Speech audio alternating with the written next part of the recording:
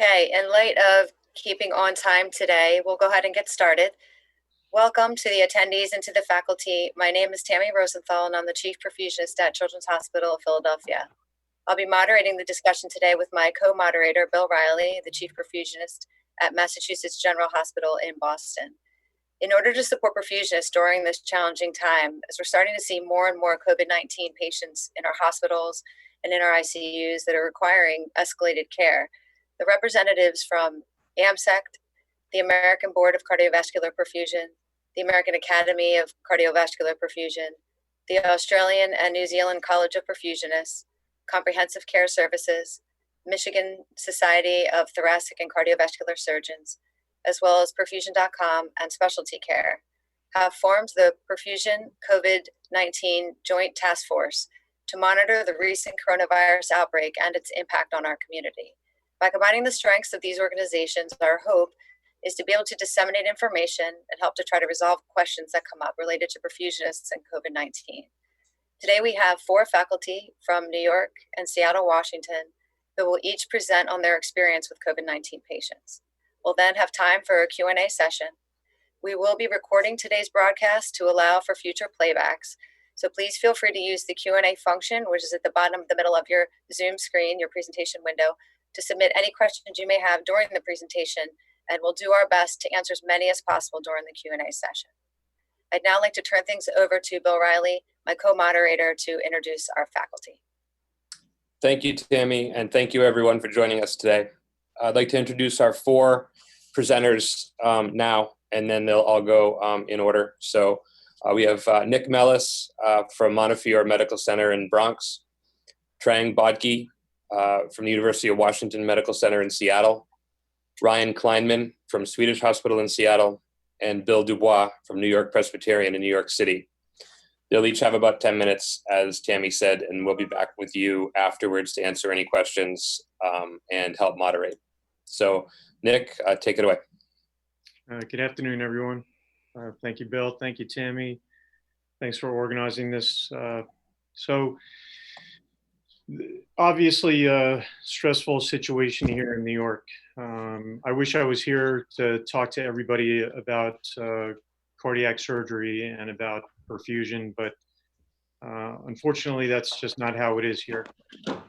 We stopped doing surgeries 3 weeks ago, so no elective cases. I'll get into a little bit about what we're experiencing. CDC has some great information for you and for your state, and as you can see, is highly affected. This is a shot from a couple of weeks ago, or a couple of days ago. Here's the situation now, and you can see how it escalates. Monday, 70,000 cases in the state and 40,000 in New York City, and Wednesday and yesterday, 86,000 in the state and 73,000 in the city.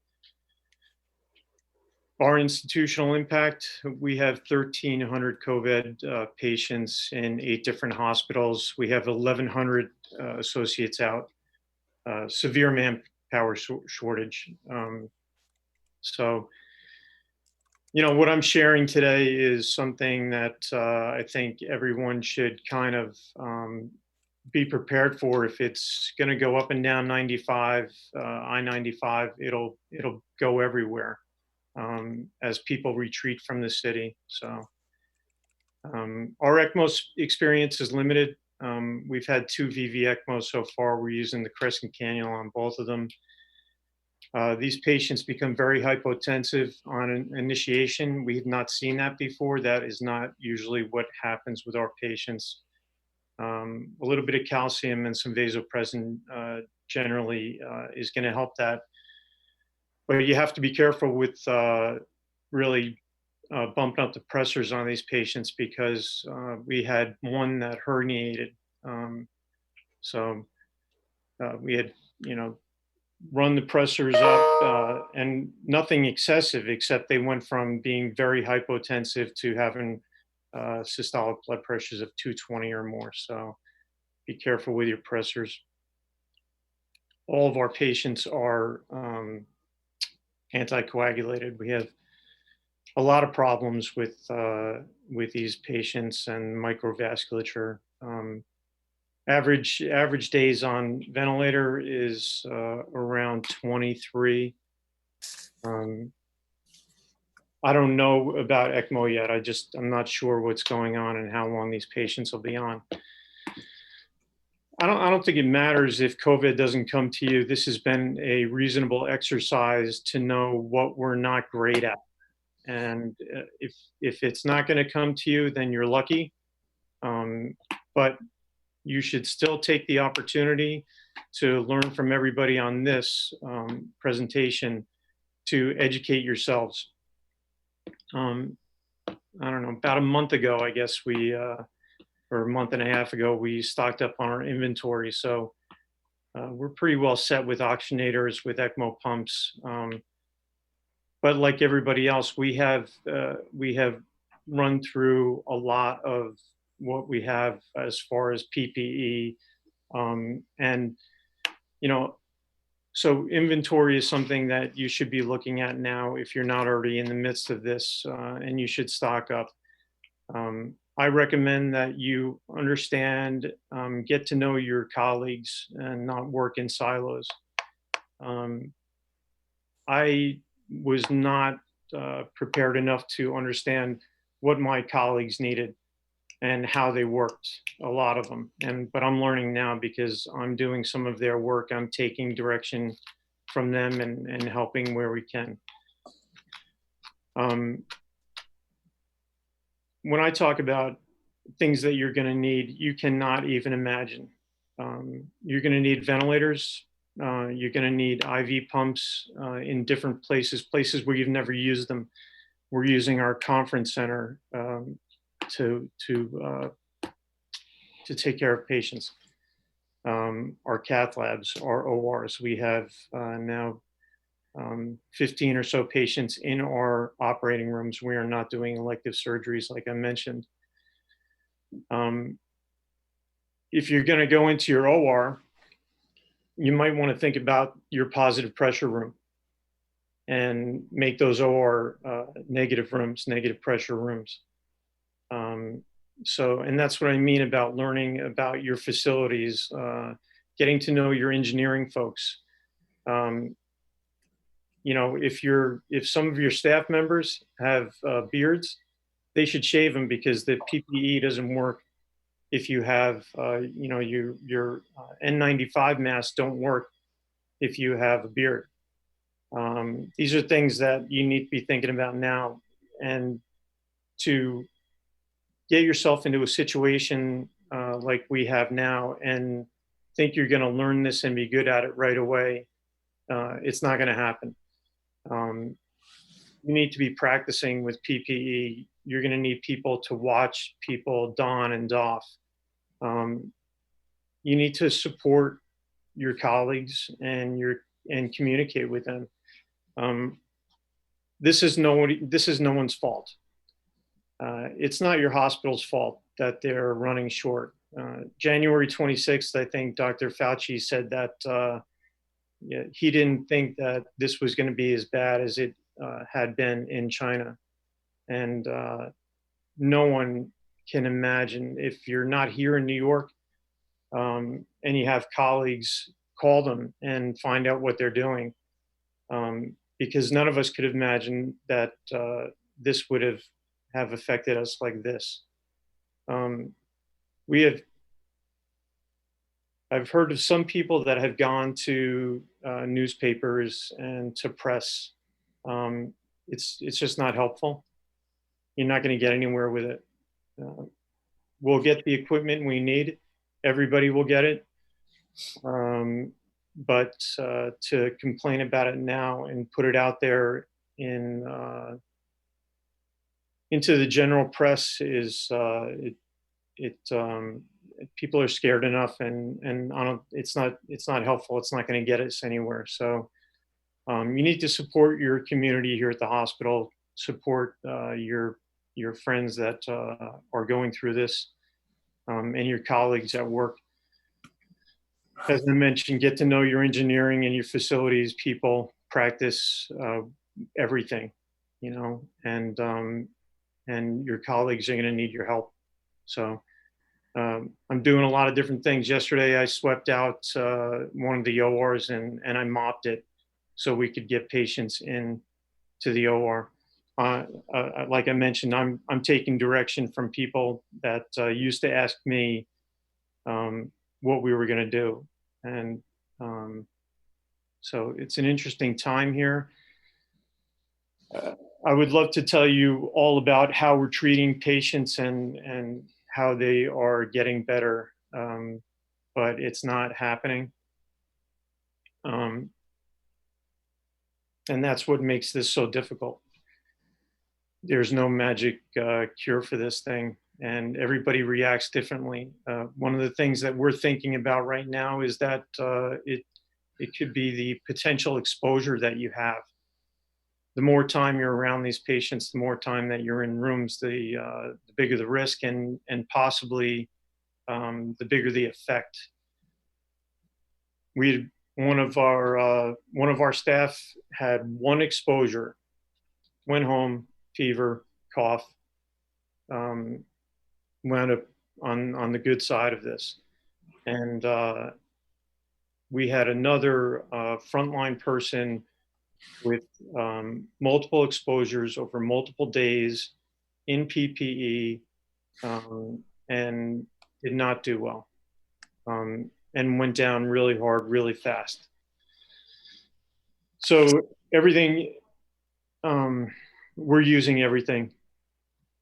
Everything you hear about on the news, we're using it to treat people. And, you know, the best thing that we're experiencing right now is conventional ventilation, treating the ARDS proning patients. And I'm not sure what else is going to work right now. The funny thing is about this is that everybody reacts differently. And, you know, we just can't figure that out. There's no model for it. If you're 28, if you're 18, if you're 50, you know, people are coming in, they're on some oxygen, they get moved to out of the unit, and then other people, you know, other patients don't leave, remain in the vent, and sometimes don't come out, often don't come out. So look at that list, and disaster plan now. Don't wait until this thing comes down the road and winds up in your small town or large city. We have 15 people here, perfusion wise, and it hit us really hard. If your institution has 2, you need a plan to platoon yourself out. I'm not sure that if I have 2 perfusionists in my institution, that I would be one of the frontline people. You can support in other ways. But that being said, in this institution, it is all hands on deck. Everybody is vital. Everybody is necessary. And that's because of the sheer volume that we have right now. All right, Nick, I'll stop you there. Sorry. We'll move on, but Nick will be here for questions when the question and answer session starts. Our next speaker is Trang Bodke. Thanks, Nick. Yeah, thanks, Bill.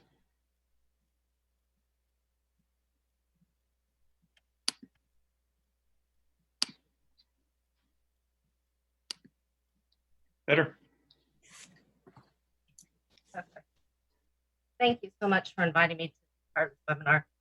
I'm going to speak a little bit about what we do here and how we're handling it at University of Washington Medical Center. First of all, I have no disclosures in the presentation.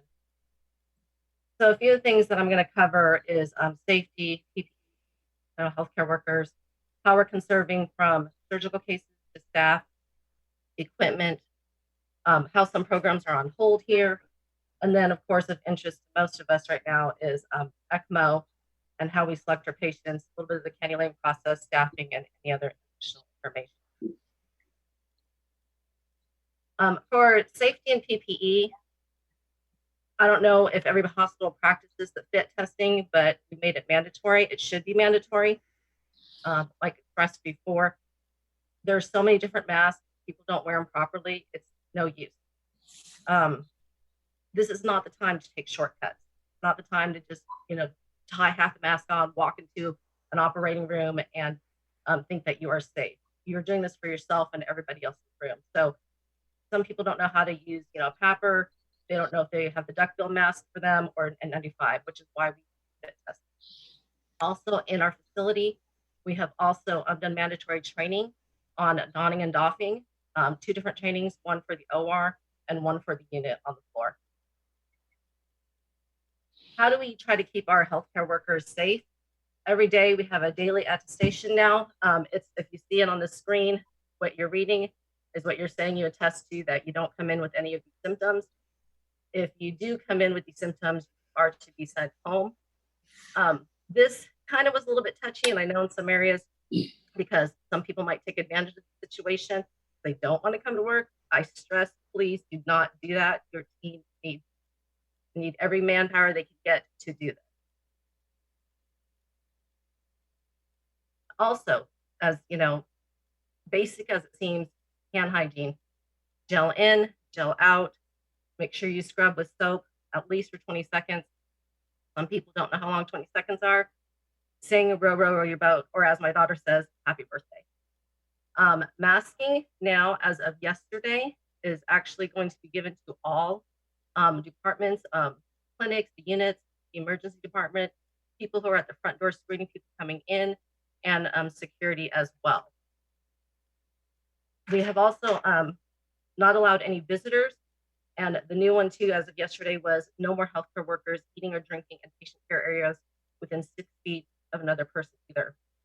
So I guess, your lunch buddies may be gone.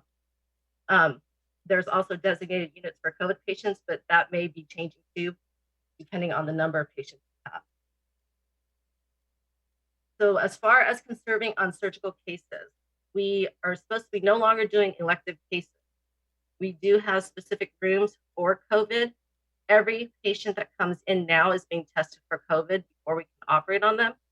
If they test positive, of course, different PPEs, different rooms. If they haven't been tested, we still treat them as if they are positive. That's for the emergency cases that we do. We no longer have observers in the room and no medical students. And of course, we've had to adjust our daily staffing schedule so that way we can preserve our staff. So it used to be the first call person would call our schedule out. Now it's just one person to keep consistency. So that way we keep the call people out in case emergencies come in the middle of the night. How are we saving and conserving on equipment is we have 2 systems for ECMO. One is our homegrown system, which we use with the CentroMag and an oxygenator used for patient filling to wean from bypass. The other one is our CardioHelp, which we use only for ECMO patients. I'll explain why a little bit later, why we do that. And of course, we only do VV ECMO here, 25 French biomedical in the femoral, a 20 FemFlex in the IJ. I'm starting to talk a little bit faster because I'm running short on time. Programs we've put on hold here. We are no longer accepting cardiogenic shock patients or going out on ECMO transport. The reason for this is 1, save on PPEs, 2, staff, and we may not have the bed capacity at our hospital to take all these patients in. Of course, we no longer have in-house meetings. Everything is through Zoom. No PATH conferences, no Friday morning conferences, rounds, M&M, all through Zoom. So how do we select our patients? Basically, this is determined by the physicians. Currently, it's the attending physician on the cardiogenic shock team. It needs approval by our director of ECMO, and also it is a team approach. What I mean by team approach is our indications and contraindications for ECMO.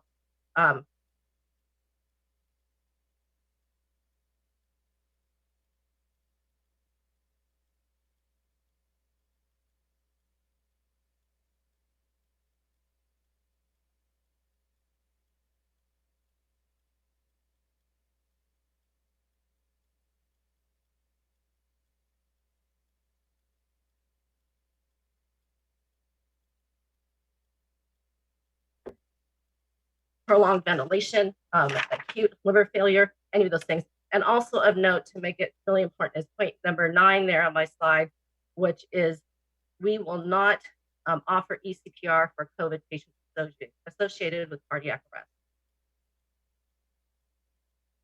So some relative contraindications to keep in mind for the future, or it could be possibly soon, is that obesity, immunocompromised, or we just don't have the capacity to take them in. So how do we cannulate on VV ECMO? So VV ECMO is, like I said before, 20 flex. Cannulation is bedside. How we do this is we prime a circuit outside the room. We have the perfusionist walk and talk to the cannulating, through the cannulating process with the specialist and with the cannulating physician. We do this because perfusionist does not go into the room to cannulate. So we've got to make sure they know what they're doing and they're comfortable with it. And only the cannulating physician specialist into the room. This is to, one, prevent going in and out of the room multiple times. Again, saving PPR, saving staff. ECMO COVID patient protocol. So our staffing right now goes as follows: is once we're cannulated, the attending physician will deem the patient stable. If the specialist does not need anything, then the call perfusionist can cover from home and back the team off the unit or from home with a callback time of 30 minutes. A perfusionist is always available in-house at the facility there from 7 to 3, but usually we're there later to the cases. So before the last perfusionist leaves, they will check on the floor and the ECMO specialist if they need anything. Our ECMO specialist is usually either an RT or an RN. We try to go with an RN first, so that way they can manage the patient, adjust any events. And of course, the specialists do work in shift. So some additional information here is that we use the CardioHelp, like I said before, for these specific patients because they have alarms on them, whereas our homegrown circuit does not. That where we're saving on equipment. This helps the specialist out in that they can manage more than one patient at a time. Also, like I said, our COVID patients are considered DNR, so we will not switch a patient from VV to VA or VAV ECMO. But if the oxygenator does clot out or need to change out, then we will do that. We always have one reserved set of CardioHelp as a backup outside of the patient's room on the unit. And then something to take into consideration is cleaning protocols that, usually we're just cleaning it ourselves. Now there's actually a 2-hour wait for anyone to enter the room. It has to be a specific person. They will clean it all with bleach. The equipment gets removed into an anteroom. It'll get cleaned again with bleach, and then it'll get brought up to us, the perfusionist, and we will clean it in the perfusion room. So in conclusion, my most important thing out of all of this is definitely know how to use PPE properly and understand it. Safety is so important. Have a game plan in place with a backup plan. Have backup supplies, know how your staff is doing. If you need to have travelers, anything like that, know the limits of your staff. They cannot be stressed and overworked. And also, big thing is communication and being flexible and always being able to move with what is happening, with the virus and changing and adapting. Like I said, part of this slide presentation, I ended up changing last night because there were so many updates. And that was done because of communication. So I cannot stress that enough. Thank you. Thanks, Tran. I apologize, but your slides were not showing. We didn't want to interrupt your presentation.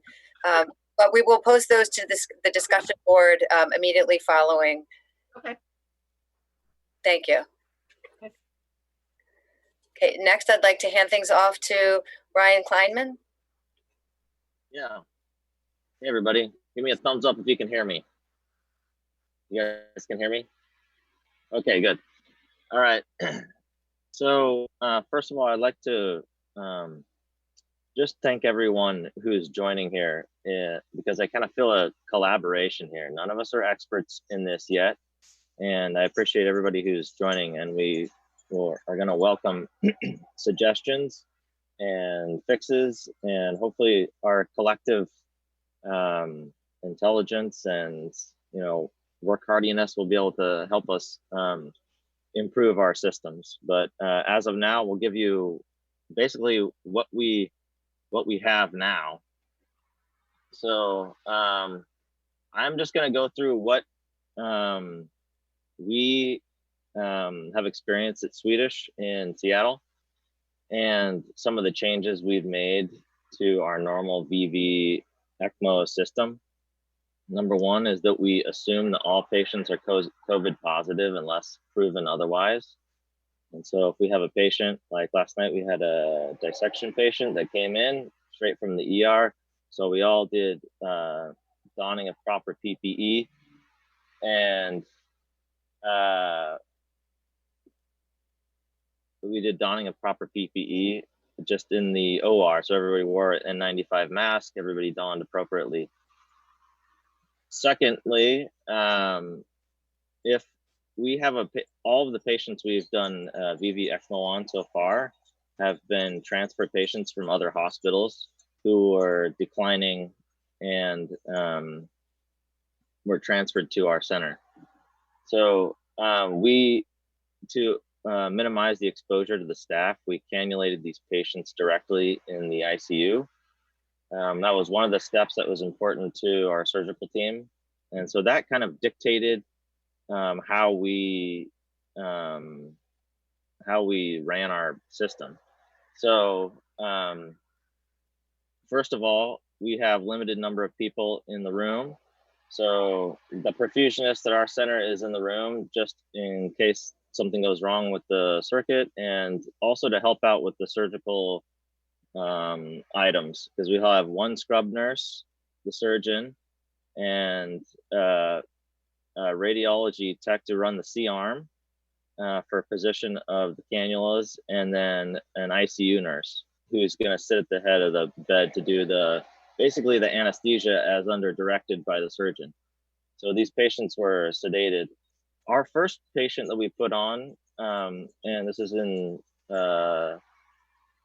process of publication, but and I've been cleared to share his story. So he was a 44-year-old ER doctor from a hospital that was receiving a lot of the patients that were coming from that initial wave of deaths coming from the Life Care Center in Kirkland. And so he was exposed many times and got sick and decompensated. And he tested negative his first trip to the ER. They sent him home. He decompensated. He came back to the ER. Then he tested positive. And then he was placed on a nasal cannula at 3 liters. And then within 24 hours, he was intubated and prone and decompensating. He showed signs of, which kind of Nick mentioned, of some kind of cardiomyopathy stuff happening with these patients that get some viral overload. And we've heard this from Asia and Europe and across the world, that this kind of viral load has implications in other organs too. So you can get MODS with these kind of patients. So he was transferred to us in that state, and we took him directly to the ICU. Like I said, we cannulated him VV ECMO. We did FemFem VV because we wanted to reduce the risk of aerosolization needed for the placement of the neck cannula that Nick mentioned, the crescent. So we did FemFem VV using Medtronic cannulas, but you can use whatever you got, obviously. And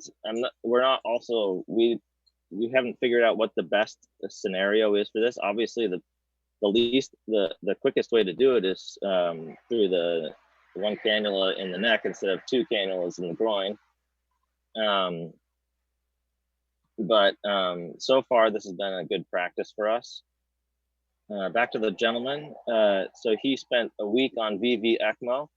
They had they tried a new regimen of drugs that the world is talking about, hydroxychloroquine and, tocilizumab, however you say that drug.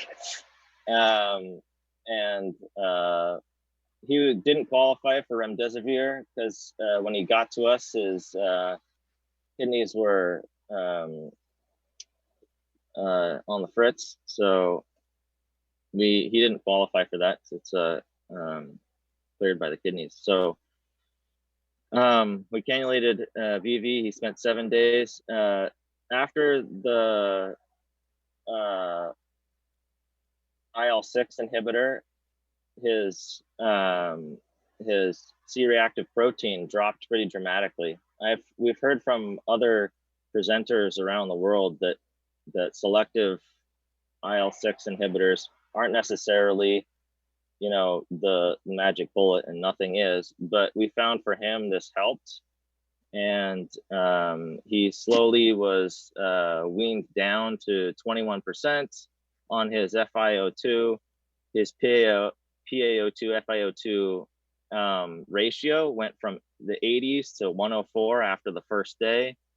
His FiO2 requirement was like 100%, and PEEP of 20 is the first when we first got him, and it was on day 4. His PaO2 FiO2 ratio was in the hundreds, and let's see here.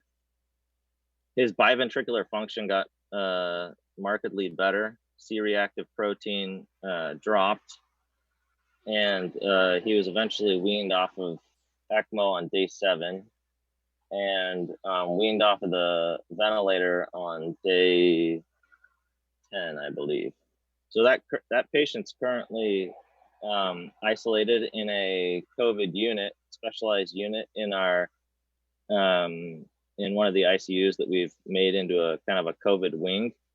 We went back and forth. I've heard discussions about the negative and positive room, and we went back and forth on that. We decided for surgical procedures that are in the OR that we would keep it positive pressure, because of the risk of infection was higher than the risk of contamination. I don't know, that's just where they're at on that. But in the ICU, which is where we've done all of them, it's negative pressure. So I guess it's kind of a moot point. We cut CRRT connectors into each of the circuits for these COVID patients in case they need CRRT, and to help possibly sieve off the cytokines, and that the heavy viral load can cause kidneys to fail. So, which is more likely than in normal VV cases. We also seriously considered potential to transfer from VV to VAV because of the need of underlying heart conditions. So I would say if your hospital is receiving a patient or going to cannulate for VV ECMO,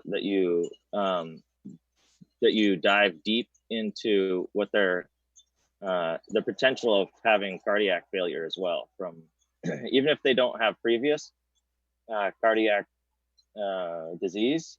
It's good to check their current status because it may have changed. Pro tip about cannulating in the ICU room: since it's isolated and there's only a certain amount of people, there's no in and out during the procedure. Just only take in what you need. Otherwise, you have to get rid of the stuff you don't need, and you have to clean extra things that you didn't use. So I learned that's the hard way the first time. So also, we have ECMO specialists that are trained and retrained quarterly on emergency interventions. So we don't keep the ECMO circuit outside the room, we keep it inside the room, so that every hour they have to do vitals anyway. So if there was an emergency, they'd be equipped to be able to handle an oxygenator change out, or de-airing, or changing out a module or something like that. So I mean, we got other little tips and tricks, but I want to respect the time of this panel. I thank you guys so much for allowing this opportunity. Thank you very much, Ryan. Appreciate it. Our next presenter is Bill Dubois from New York Presbyterian, New York City. Bill. Hey, good morning, everybody. Thanks for giving me this opportunity to speak. Like Nick, from New York City, we have about 1,300 patients as well. About 25–30% are on in the ICU, and just about every ICU patient is on a ventilator. Our experience with ECMO is quite limited. We had a big run to build up our ECMO support service. New York Presbyterian in total probably does about 300 ECMOs a year. Currently, COVID patients, I believe it's 5 or less. So not much of a need for ECMO that we've seen here. The prone therapy on ventilator support seems to be helping. Typically when they're over 12 days, that's when we see all the negative effects. We see this thing, cytokine storm, and what the results of that are multi-organ failure, myocarditis, and kidney failure. So like a few of the panels have said, CRRT therapy or CVVHD. So as advice to programs that haven't seen much yet, I would learn or get involved in how to operate these machines. See, there's some of the new roles we're seeing for perfusionists is operating that equipment. As well, some have mentioned, are there any out-of-state travelers? The government is developing new exemptions. And I could foresee an exemption with perfusionists. They are licensed in treating patients, delivering medications. I could see them getting involved in some of the ICUs, assisting the nurses. The nurses have really been stretched. We've probably developed over 300 new beds in our hospitals. And one of the alarming things we'll see, I don't know, it was mentioned, our operating rooms. Currently, about 80% of the rooms have now been converted to ICUs. So some of our operating rooms have 2 to 3 patients in each room. We have one core of 5 rooms just in one hospital, but about 20% of the ORs are now used only for surgery. And about 20% of those rooms have been converted for COVID patient surgery. They typically are negative pressure, so they're actually building these rooms as we speak. A big thing, I guess, it's all been touched about the perfusion therapy, ECMO, and that. Some of the things, I guess the most important point I would bring up is safety for yourself, family, and friends. Number one thing to do is no hands to the face. And you repeat that many times. That's what we've been working on. No hands to the face. It's actually a difficult thing to do. And the same with the masks. Although the masks may not, it's debatable whether it's airborne or droplet, the masks actually help prevent the hands touching the face, as well as gloves. Typically, when you have gloves on your hands, you won't touch your face. So I would practice that. And conservation is another piece. Conserving masks is big. Gloves, there's been talk about in the room. You can Purell gloves and change instead of changing them every time you touch a surface. It was mentioned, just take what you need, whether setting up an ECMO in an ICU room. Typically 2 people would be involved handing equipment to those in the room. But even during procedures, limiting the amount of supplies you take out of your perfusion cart. You do not want to be putting anything back in the cart. I mean, that's what we should be doing all the time. Safety, I don't know if I mentioned no hands to the face. I'll say that multiple times. Gloves and masks help prevent this. Purell every time you touch a surface. Some of the other safety measures we've taken as we've gotten involved with CRRT, there is some steps you can take. You can extend the lines on the CRRT. On all the COVID patients, we're trying to keep all the equipment outside of the room. So you'll see all the medication pumps are outside of the room. So the lines are extended. That probably can be done on the CRRT devices as well. How we started, we did start with a big focus on ECMO. But again, we haven't seen all that much. It's big, the psychology of this disease, the anxiety on your teams. You have to make them feel that everything is possible being done. And we do that. The masks, although you don't need N95 masks for every situation, only when you're working with these patients. But it's also been initiated at our hospital system. Everybody has masks on throughout the hospital, whether you're a frontline employee or not. And again, this helps prevent hands to the face. Conversions, we talked about that. New roles for perfusionists. I'd be proactive in that. I know there are some states that say we have 4 patients in their whole system. I believe it will be coming to you. So what you can do is prepare, have some ECMO equipment available, describe new roles for perfusionists. Actually, in some hospitals, they actually not deploying them, they're actually unemploying some of them, reducing their hours. I think the more active you can get, the more you can actually help and help make a difference.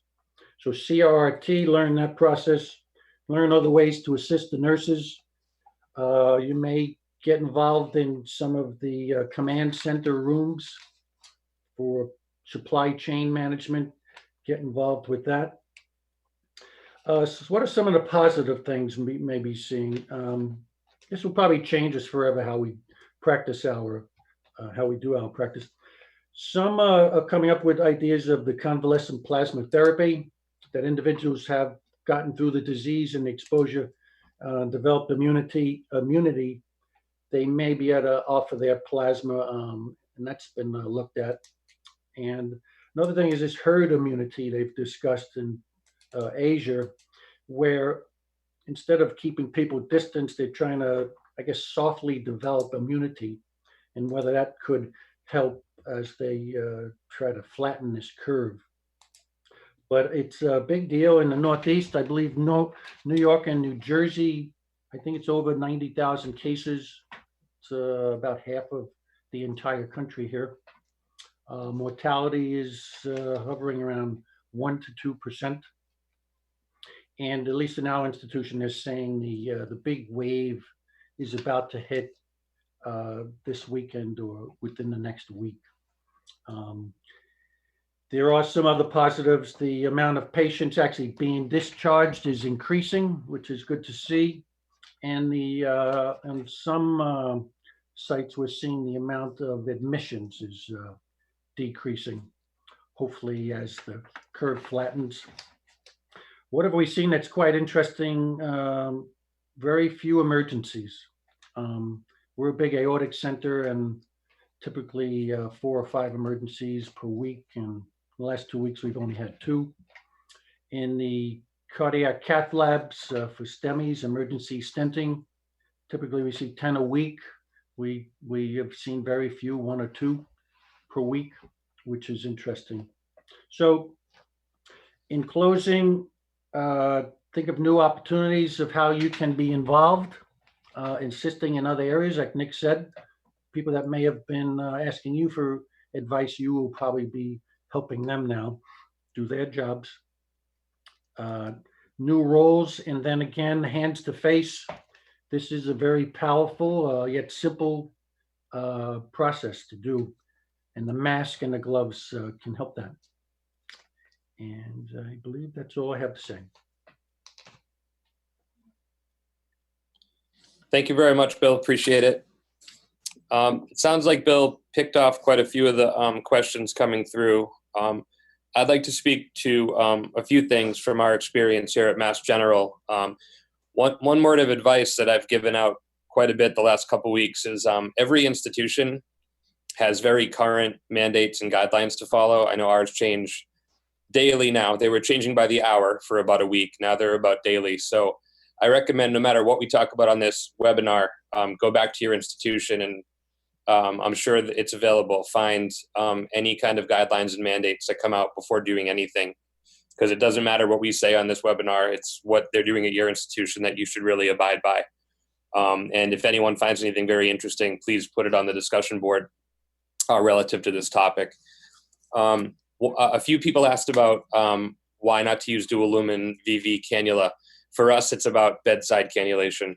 We typically use fluoro to do our dual lumen VVs, and doing Fem IJ is what we're doing. We're able to do that without fluoro in the room, which streamlines it, minimizes exposures. We did put one patient on VA for a myocarditis, but that was one. And that's kind of the limiting factor to all this.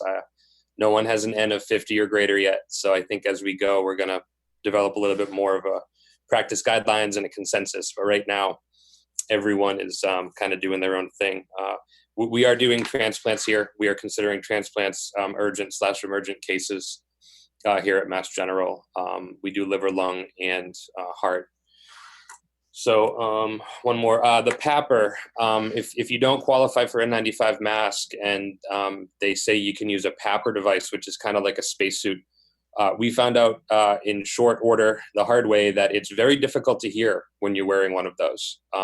There's air rushing around your ears, and if you're trying to run a heart-lung machine and wear a PAPR device, you may want to try one before trying to do that and getting stuck, because it was very, very difficult to communicate with the perfusionist wearing that PAPR for the case they were in. So that's all I have. I'd like to open this up to the other panelists and Tammy to maybe speak up a little bit and go into some questions and answers.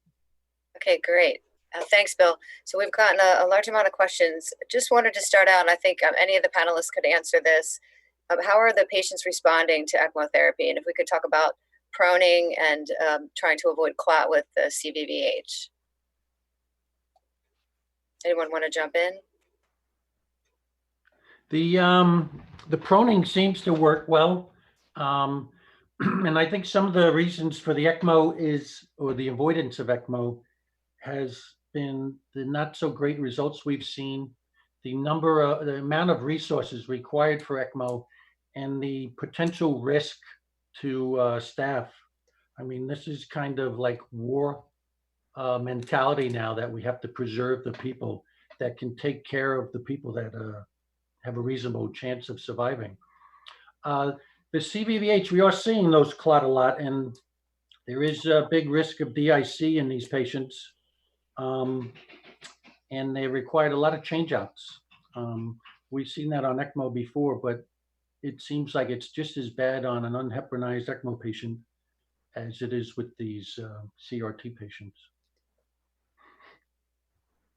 I can chime in here. So I think the key with doing ECMO on these patients is your patient selection, as with all ECMO patients, right? So I think that making sure that they're young and healthy enough to handle the therapy, and intervening earlier than you normally would because of the rapid unforeseen progression of the disease. And so we've only done 2, but they've both been really, I mean, the second one's still on, but she's had a lot of improvement over the last 3 days. So, and the first one's off and fully functioning now, and just waiting to get cleared to go back. So I think if you select the correct, and we've opted not to do ECMO on several patients because of those things. But I think if you select the correct patient, it is the correct therapy for some patients. I mean, our average age is like 40 for ECMO. So these are young people that we're hoping is a short run. We haven't seen the clotting stuff. I mean, we have an N of 2. So, I mean, I don't really know what, but we've just been treating them as individuals. And if they seem to be, you know, we're just looking at their blood. We have hematology linked into these, and oncology for the drugs that are experimental. So, but hematology is in these cases and looking at it, and so they're kind of dictating that. So maybe that's an important thing to know, is that you should have a hematologist involved, because they do get some kind of tricky inflammatory blood response. Okay, great. And another ECMO related question is, should you scavenge when and how for your ECMO and/or bypass cases, if you have any of those? So we're scavenging, and we're scavenging to the discard in the ICU. And we do it just like we would scavenge medical gas on bypass, connected to the outlet, exhaust outlet with a couple of holes, so we don't occlude it. And very low vacuum, it's like minus 18. So, you know, that's what we're doing here. Proning seems to help, but also we only have an N of 2, and one was only on for a day. We're day 4 with our other 54-year-old patient. So I'll post on the discussion board and let anybody know if we're having any difficulties, but that's where we're at right now. Hey, Nick, question. Have you tested the effluent that comes out of the oxygenator on the scavenger?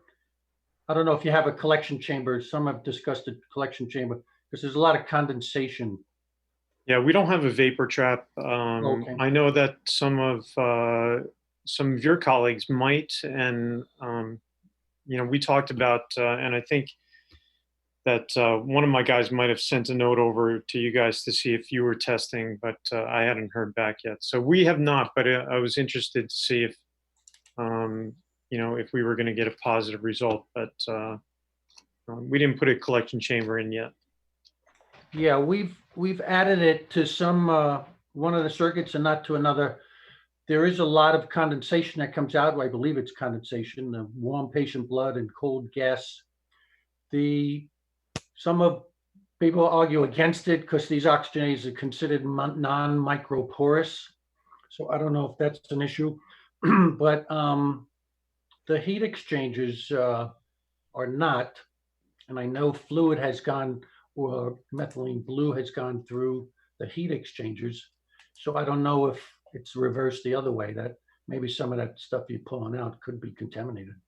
So we don't know, but I think it's a good precaution. It does show the staff you're taking every step possible. And you got to be careful cleaning it if you do have the traps. Right. So Greg Maddy just posted a minute ago that there's a report out of Japan on LinkedIn today. They got a positive PCR from an Ecmo sweep gas exhaust on a membrane with a PMP membrane. So food for thought. It's breaking news. I have 2 questions related to cytokines.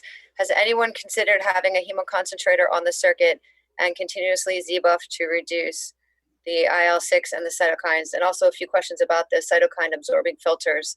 Does anyone have access to those? Well, I think that the way that we do that instead of using hemoconcentrator is CRRT, because you can do multiple things at once. You're not just hemoconcentrating. You can also you can also replace, and you can do a lot more with the CRRT than you can with the hemoconcentrator.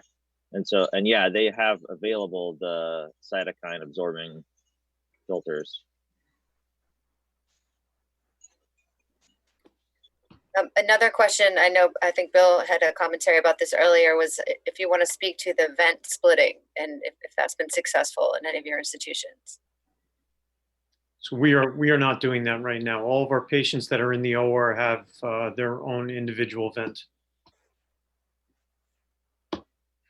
Bill, have you done that at all? Anyone else? One of the campuses has looked at that, and we were waiting to see how it worked. I guess setting that up, it's pretty complicated. Patients have to be matched for size, lung volume, lung compliance and such. So, and then there's also the filtration aspects of it. More filters are needed, inlet and outlet filters on the airway tubing. So no, I have no personal experience in that. And then there was some question about any positive patients for bypass. And then questions circulating around, are you testing your patients before they do, if they are going to have a bypass procedure?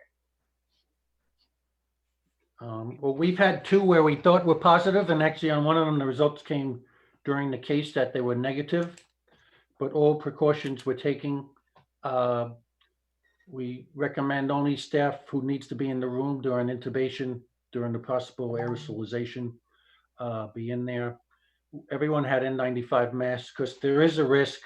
We've had cases where the ET tube comes out or it's disconnected during it. So as a kind of a universal precaution, you need to assume that those things can happen, especially for the frontline staff.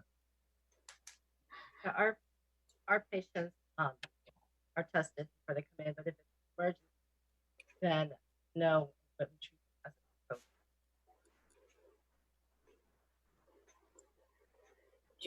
as will you repeat that, Trang? You were just breaking up a little bit. think we have you on mute, if you want to unmute. I think the reception on the beach isn't too good. I wish I was there. At the university here, we test every patient that comes through, but if it's an emergency, like a dissection, something in the middle of the night, then we'll just treat them as their COVID.